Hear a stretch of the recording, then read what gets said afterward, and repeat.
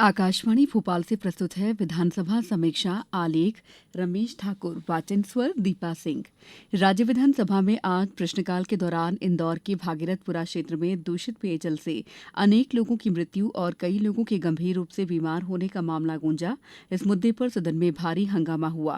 विपक्षी सदस्यों के गर्भगृह में जाकर धरने पर बैठने के बाद सदन की कार्यवाही कई बार स्थगित की गई।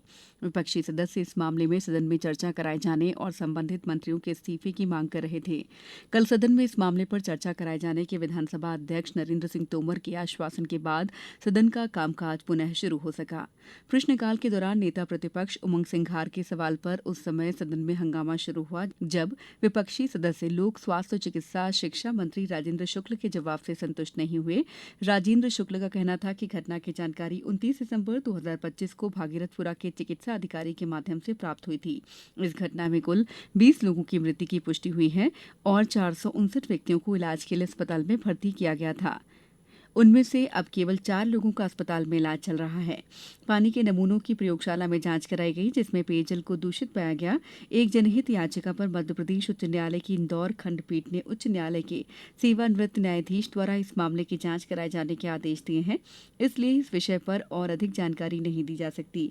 नेता प्रतिपक्ष का कहना था कि भागीरथपुरा में दूषित पेयजल से लोगों की मृत्यु के मामले में जांच के नाम पर सरकार दबा रही है।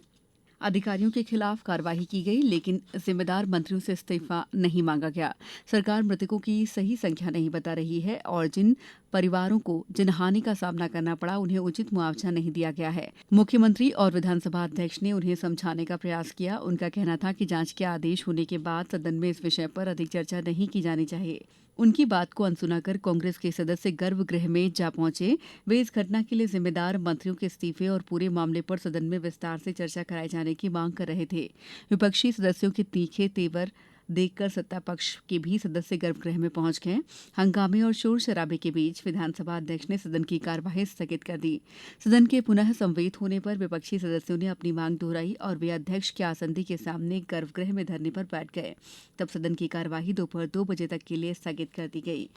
सदन की बैठक 2 बजे प्रारंभ होने पर विपक्षी सदस्यों को आसंदी से समझाने का प्रयास किया गया लेकिन वे गर्भगृह में ही बैठे रहे। आसंदी पर मौजूद सभापति अजय विश्नोई सदन की कार्यवाही 15 मिनट के लिए स्थगित कर सदन से बाहर चले गए। पुनः सदन के संवेद होने पर आसंदी पर आए विधानसभा अध्यक्ष नरेंद्र सिंह तोमर ने नेता प्रतिपक्ष को आश्वासन दिया कि इस मामले पर कल सदन में चर्चा कराई जाएगी। इसके बाद सदन में आया गतिरोध दूर हो सका और सदन का कामकाज प्रारंभ हुआ। कार्यसूची में दर्ज सत्ता पक्ष के अजय विश्नोई, नीरज सिंह ठाकुर और विपक्षी दल कांग्रेस के फुंदे लाला सिंह मार्को, जयवर्धन सिंह के ध्यानाकर्षण सूचना पर संबंधित विभाग के मंत्रियों की ओर से जवाब दिए गए। जबलपुर के नगरीय निकायों द्वारा घर घर नर्मदा जल पहुंचाने से संबंधित विश्नोई की ध्यानाकर्षण सूचना के जवाब में नगरीय विकास और आवास मंत्री कैलाश विजयवर्गीय ने आश्वासन दिया कि 1 माह के अंदर लोगों को नई जल योजना से पेयजल उपलब्ध हो जाएगा। श्री मार्को को भी उच्च शिक्षा मंत्री ने आश्वासन दिया कि अनूपपुर के शासकीय स्नातक महाविद्यालय पुष्प राजगढ़ के गबन के आरोपी प्रभारी प्राचार्य के खिलाफ आवश्यक कार्रवाई की जाएगी। सत्ता पक्ष और विपक्षी सदस्यों की ओर से प्रस्तुत 80 प्रतिवेदनों को पढ़ा हुआ माना गया। इसी के साथ वित्त मंत्री ने प्रदेश की नई आबकारी नीति पर अपना वक्तव्य दिया। उनका कहना था कि नई आबकारी नीति में कोई भी नई शराब की दुकान नहीं खोले जाने का प्रावधान किया गया है। सदन में प्रस्तुत बजट की अनुदान मांगों पर विधानसभा अध्यक्ष ने कार्य मंत्रणा समिति की अनुशंसा पर चर्चा के लिए 4 घंटे का समय निर्धारित करने की घोषणा की।